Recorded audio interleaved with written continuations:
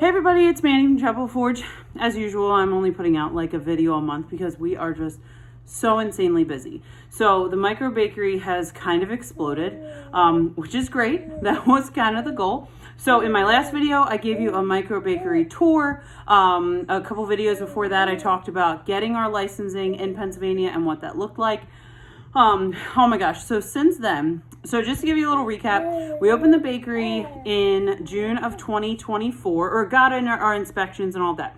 Started selling things in July. We were kind of just selling to like friends and local people and things like that. And it was going really well. And then, let me see here. So then we had the baby in September, and then the bread shed opened. So the bread shed did fantastic. Its first month open, and then we had like a large cash theft, and we closed down over Christmas and New Year's we were probably closed for like 2 months. A lot of improvements were made at the shed, and I'll drop pictures while I'm talking here. I'll drop some pictures so you can see what the shed looks like.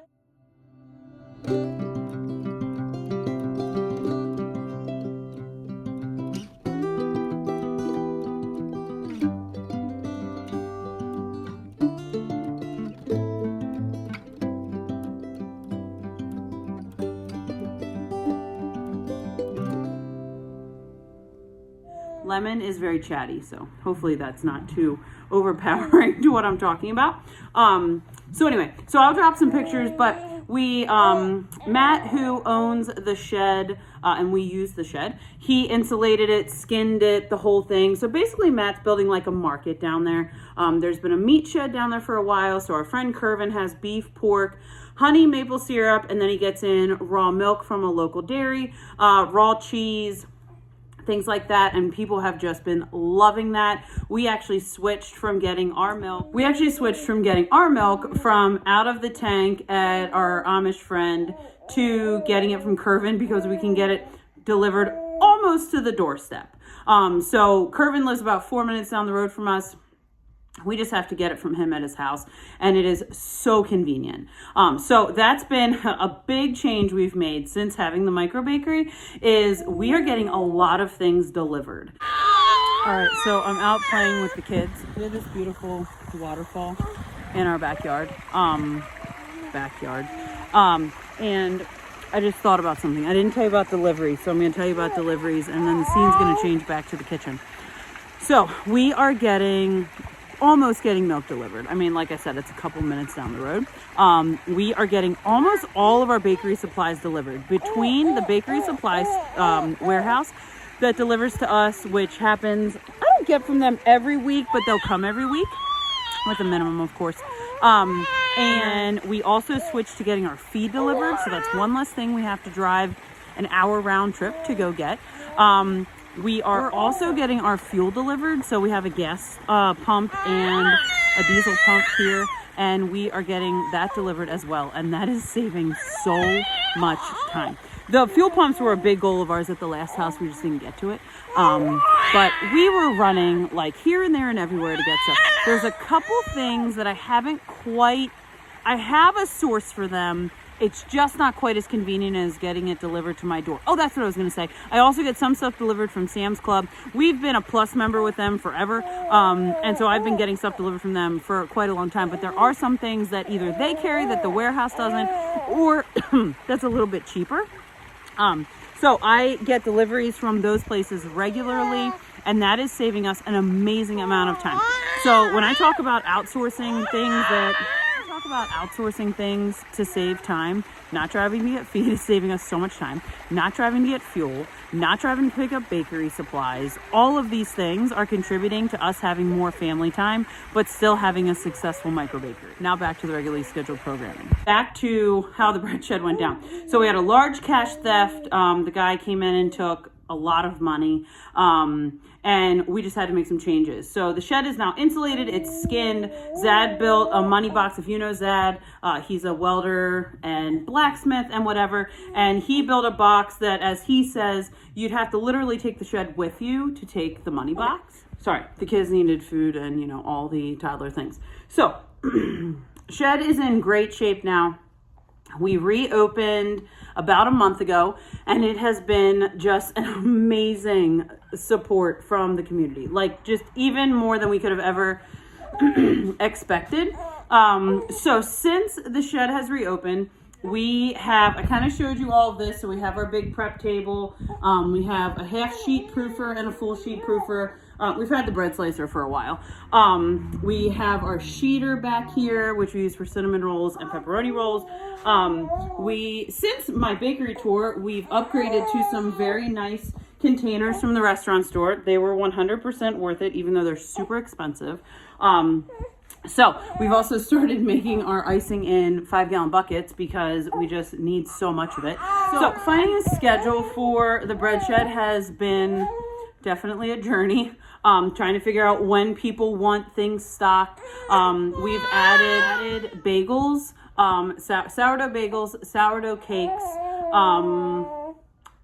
Trying to think what else we've added. We have our staples: granola, hot cocoa mix, cinnamon rolls, sourdough bread, fresh milled wheat bread, a variety of yeasted breads, commercially yeasted breads. We added some rye this week, fresh milled rye. See what people think about that. Oh, sourdough muffins. Did I say that? So we've been working on some muffins. So as it stands right now, we are putting in basically like 3 pretty long days. So Monday, Tuesday, Thursday are our long days. We're kind of taking off, and I use that term very loosely, because the other days I might be doing prep work, or Zad's working on KitchenAids or fire pokers, or I'm making tallow balm, or eventually making soap. The baby's still very, very attached, so I haven't really made soap in a while, because obviously you can't make soap with lye when you have a newborn. Well, infant, whatever you want to call her. I'm going to feed the baby snacks and see how that goes. We do baby-led weaning. If you don't know what that is, look up a video on it. It's the best. We've done it with the last 3 kids, and it's been wonderful. Anyway, so yeah, that's kind of our schedule. We have a younger girl, she's about 20, that comes and she helps us. She really enjoys baking. So she helps us knock out cinnamon rolls and pepperoni rolls. She loves doing cakes, so she ices cakes. She's kind of just a jack of all trades. Her family has a butcher shop, so she's very comfortable, around equipment and things like that. Great with a knife. Like, girlfriend can sharpen a knife to cut some cinnamon rolls like I've never seen before.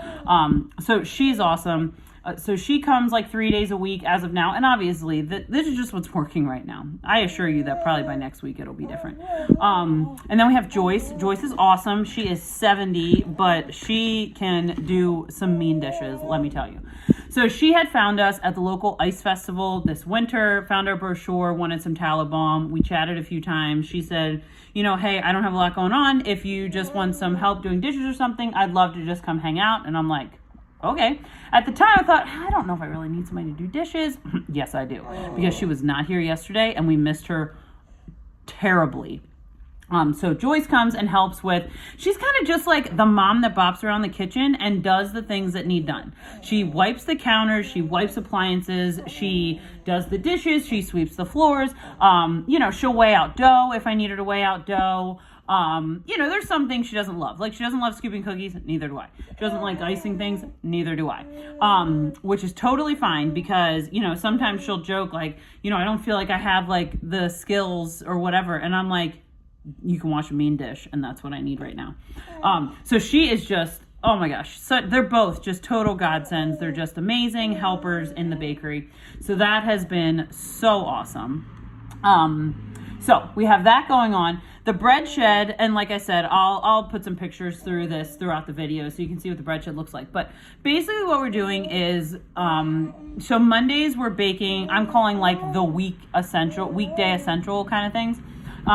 Baking bread, bagels, making sure those things are in stock. A couple sweets, like we'll put a couple of the single serve cakes.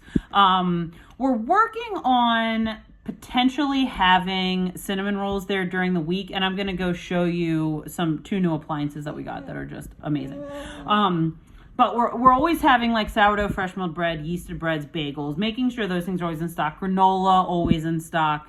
And then on Tuesdays, we kind of do like the off the wall things, like if we need to make Talabom, or if we need to like this week I restocked granola. I had Regina cutting up beef fat for Talabom. That's not a bakery thing. That's just something I needed done, and she knows how to do it really, really well.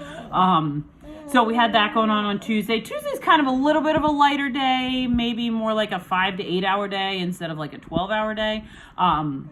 And then, like Wednesdays, I'll do some prep work. Like I might get cake batter ready for the next day, or bagel dough if I need to make more. I'm kind of taking the weekends too to like get ahead on cake batter, get ahead on muffin batter, get ahead on bagel dough. And I'll show you my sourdough fridge. So making sure that I have plenty of sourdough ready to bake so it gets a nice, 3-4 day cold ferment so that it's like, really sour and really delicious. So I'm going to show you two things that have changed the game for us for her snack. So hopefully she doesn't get too grumpy. So we acquired this Crest Core, we call it a cold cabinet. It's kind of like a fridge, but we can stage cinnamon rolls in here, and Regina can make them Monday, Tuesday. We can bake them Wednesday and Thursday. We are needing to put 60 or so pans of cinnamon rolls at the shed a week at this point, or somewhere in that ballpark. It can vary, obviously, from week for cinnamon rolls. Has really freed up Zad. Zad used to be like kind of chained to the processing table for hours and hours on end doing cinnamon rolls, and she enjoys it, and she's so fast. So having those staged makes such a difference, and we can keep fresher stuff there because we can put 20 there and then the next day bake off 20 more and kind of like keep things in succession. Then we also acquired this Avanco commercial fridge. We have a guy locally who gets like tractor trailer loads of things that have like maybe a dent or whatever. And if you've been following us, we don't care about that kind of stuff. Like I don't even think there's anything wrong with this one. Like it's got a little dent on the front, I think, but there's literally nothing wrong with it. Anyway, so I am staging, pay no mind to the sourdoughs up there. I think I had a batch that maybe overproofed and they're kind of spilling over the edges, so we're just keeping those for us. But I can stage my sourdough in here. So like the shed's getting up, I think the shed's actually out of sourdough. So probably what I'll do is tonight I'll bake some sourdough off, or like, later this evening. Alexa, turn off garage light. And then it's already ready. Like I just need to bake it and we'll slice it and that'll be that. Does anyone else have Alexa and she's stretching nose? It drives you crazy. She's super helpful, but she also doesn't listen very well. So those two appliances have changed the game for us so much because we are able to stay ahead of things. I can make the bagel dough and it can sit in there and just cold ferment and get delicious. I can make a bucket of cake batter and bake it off in the next day or two. And again, it just has more time to ferment. And so from a sourdough perspective, that is amazing.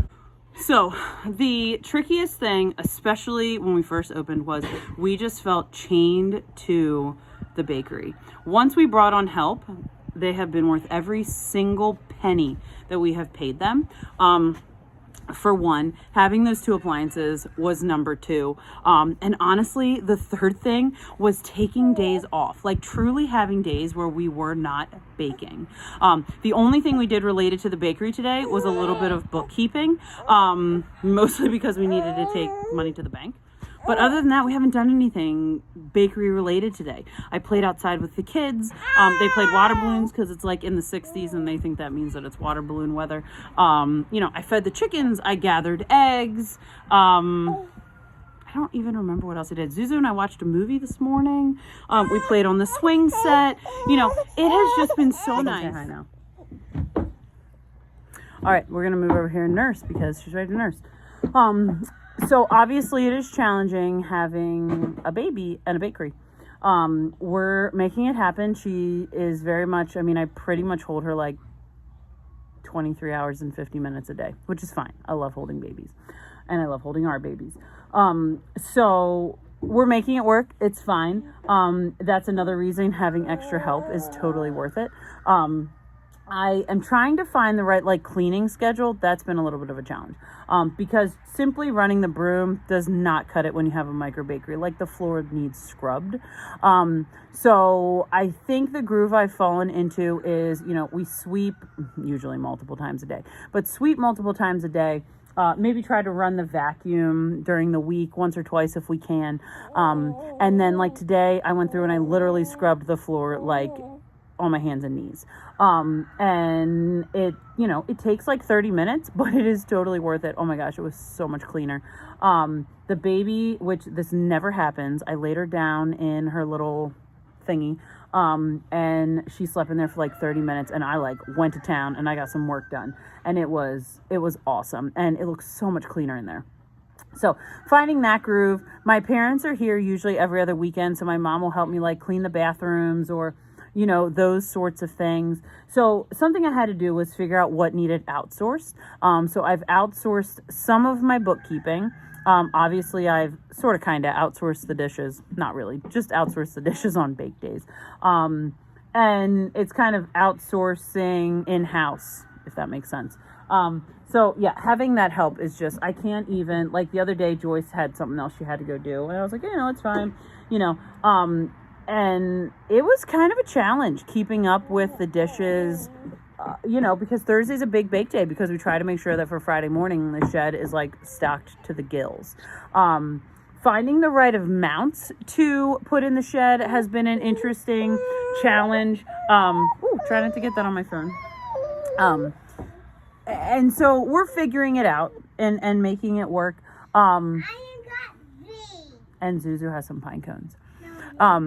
So all of that to say, I've been wanting to give you an update on the MicroBakery. I'd love to take you down to the shed. Oh, I know what else we did. I'd love to take you down to the shed and kind of give you a tour of the shed at some point, like maybe on a Thursday night when it's very stocked. But generally, I don't go down to the shed because packing up 3 kids is silly.